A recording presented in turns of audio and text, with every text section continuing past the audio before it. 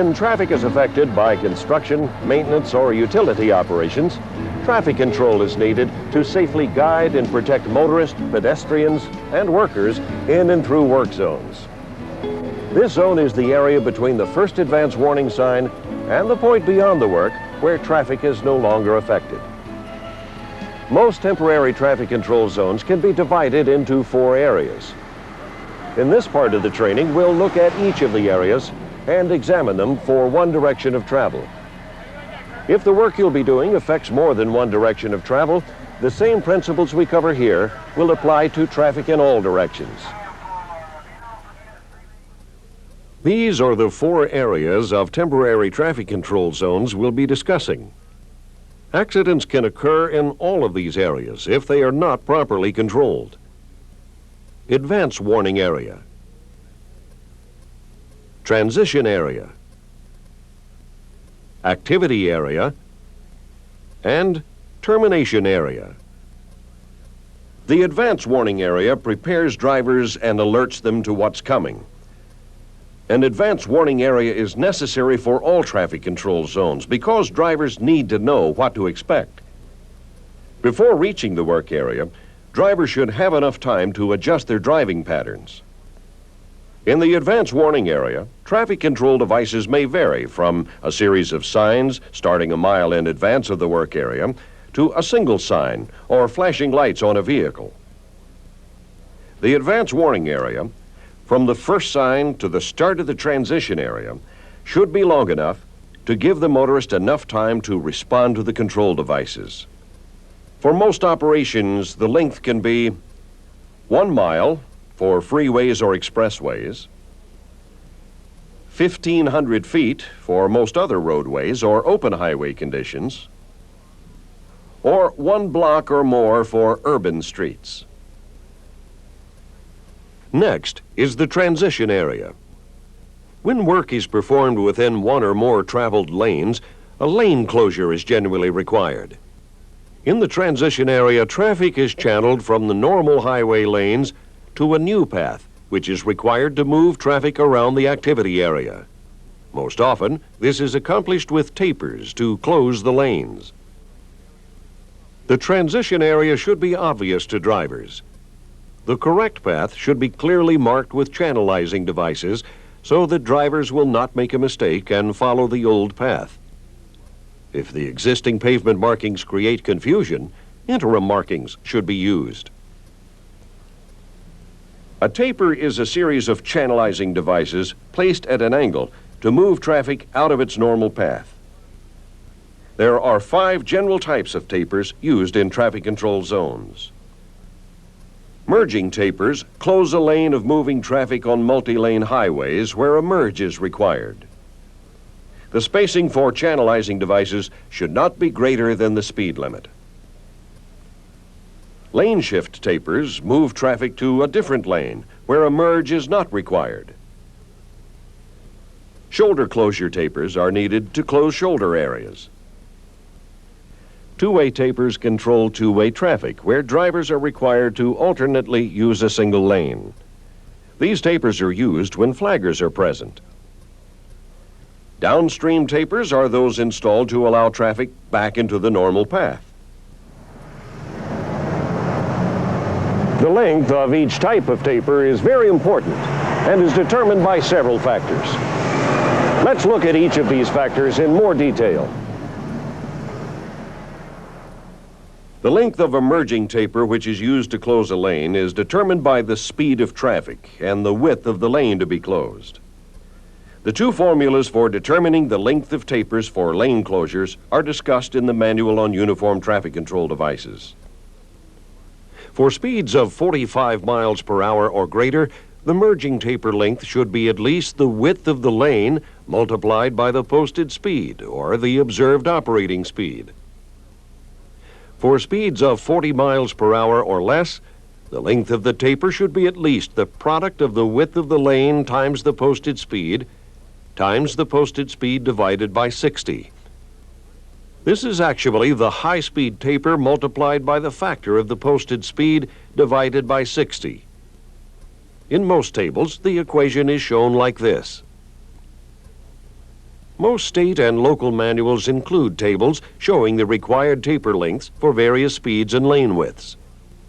For example, a 40-mile-per-hour posted speed and an 11-foot lane requires a 295-foot merging taper.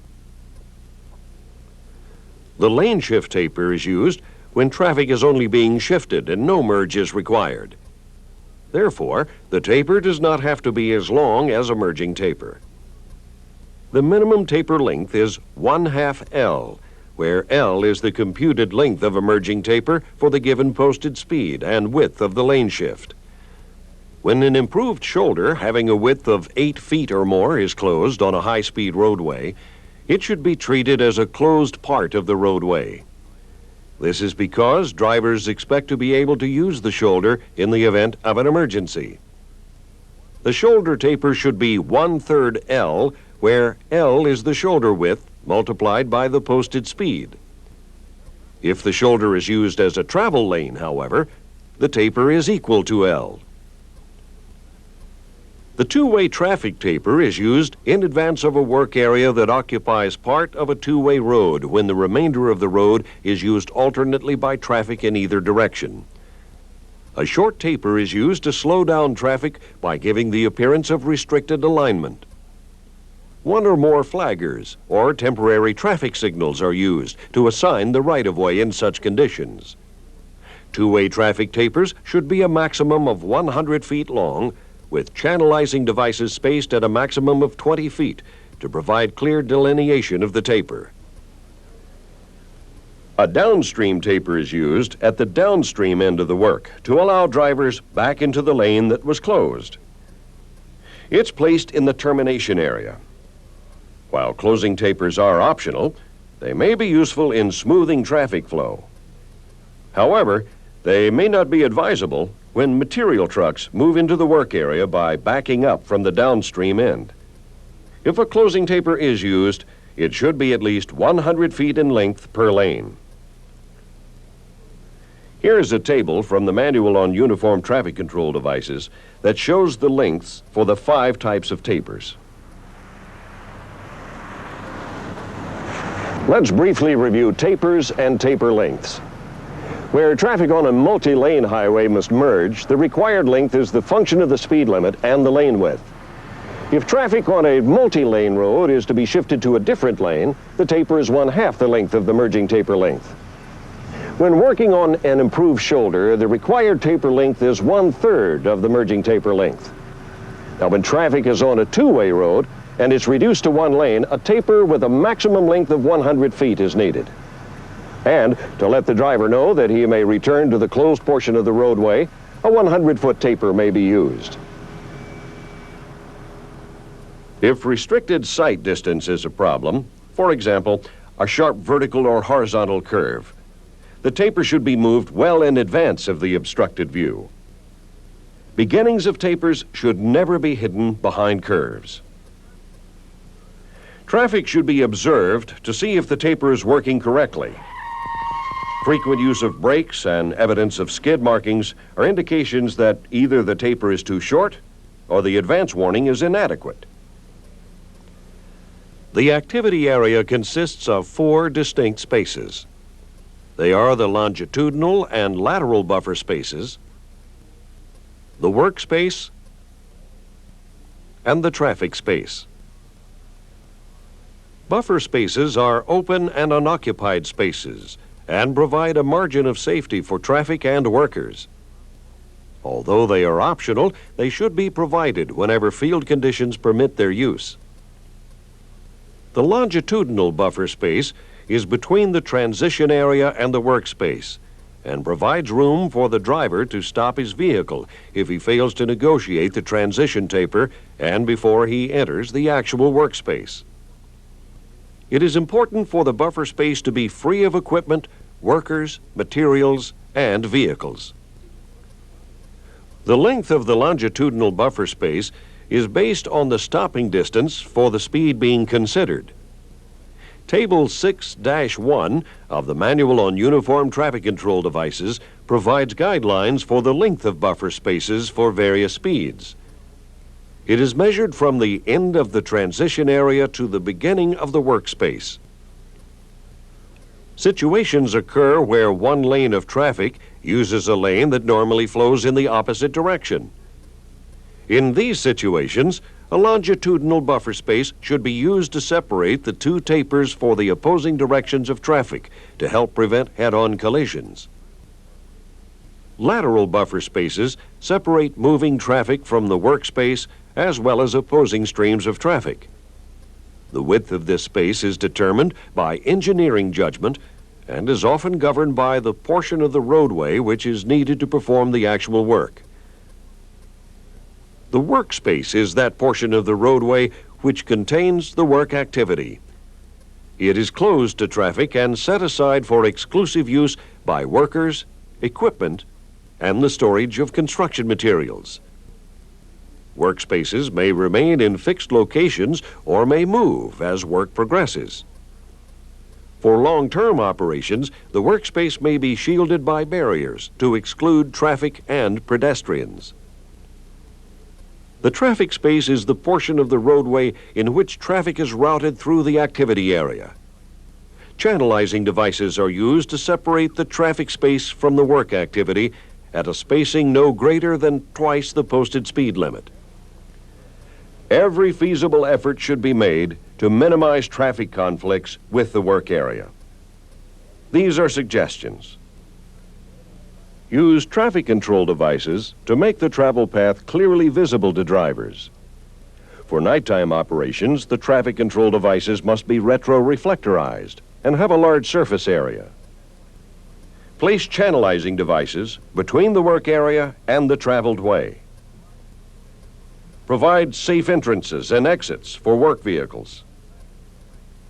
Flags and flashing lights should be considered on work vehicles exposed to traffic, and a truck-mounted attenuator be provided whenever possible to protect work crews.